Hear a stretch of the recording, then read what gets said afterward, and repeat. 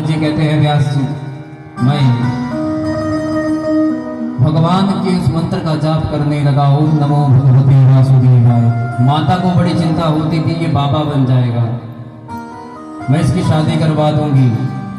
तो एक दिन भगवान की ऐसी कृपा हुई, मैया गाय दुहने के लिए गई, रात्रि में पांव एक सांप पर पड़ा और उसी सांप ने मैया को डसा और मैया भगवत चरणों में विलीन हो गई।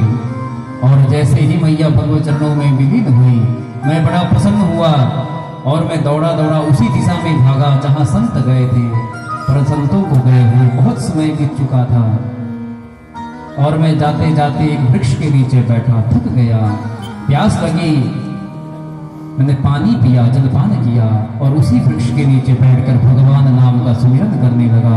व्यास जी जैसे ही मैंने ध्यान लगाया, उसी समय ऐसा ध्यान लगा, भगवान की वो सांवली सलोनी सूरत मेरे मन में प्रकट हो गई। बोलिए कृष्ण भगवान।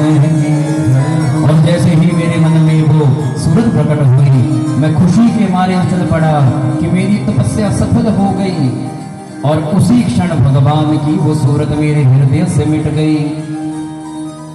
मैंने बहुत ध्यान लगाया पर फिर से वो सूरत मेरे हृदय में स्थापित नहीं हुई। मैं रोने लगा, चिल्लाने लगा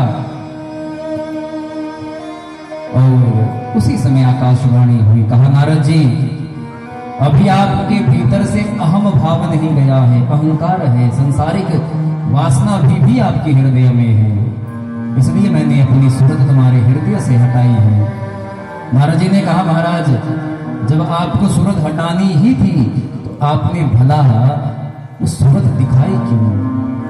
भगवान ने कहा नारद जी तुम्हें सिर्फ मैंने अपनी सूरत की वो चटनी चखाई है, इस सूरत का स्वाद तुम्हारे जीवन में रहेगा, तुम निरंतर मुझे खोजने का प्रयास करोगे, इसलिए तुम्हारे को वो सूरत दिखाई है। तुम मेरा ध्यान करो, अवश्य तुम्हें फल की प्राप्ति होगी। नारद जी कहते हैं प्रलय हुआ, प्रलय काल में सब कुछ नष्ट हुआ और मैं भगवान का सुमिरन करता रहा और भगवान नाम के सुमिरन से ऐसा फल मुझे प्राप्त हुआ। ये दासी पुत्र नारद इस जन्म में ब्रह्मा जी का पुत्र बनकर पैदा हुआ है। यही उस भगवत नाम की महिमा है, यही उस भगवत नाम की कृपा है। बोलिए कृष्ण भगवान की जय हो। इसलिए हे व्यास जी आप भी उन गोविंद के गुणगान करिए। भक्तों के हृदय में जब भगवान की वो माधुर्य लीलाएं स्थापित होगी तो ही भगवत चरणों में रति बढ़ेगी। और व्यास जी ने अपनी गलती को समझा, या संदेश भी है, हम मनुष्य जो होते हैं अपनी गलती करके भी नहीं मानते हैं। व्यास जी से सीखना चाहिए, कितने पुराण लिख दिए हैं, अगर हम छोटा सा काम करते तब तो हम तो हवा में रहते हैं महाराज। पर व्यास जी को देखिए 17 पुराण लिखे हैं, 4 वेदों को अलग अलग किया है, महाभारत लिख दिया, पर गलती का एहसास हुआ, त्रुटि कमी का एहसास हुआ तो तुरंत नदी में स्नान करा, अपने आश्रम में पहुंचे और सोचा कि इस बार मैं अपने आप कुछ नहीं लिखूंगा।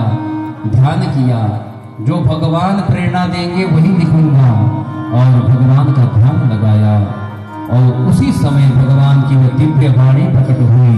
व्यास जी बोलते गए, गणेश जी लिखते गए और 18,000 श्लोकों में यह दिव्य भागवत ग्रंथ बनकर तैयार हुआ। बोलिए भागवत भगवान की, श्री राधा कृष्ण महाराज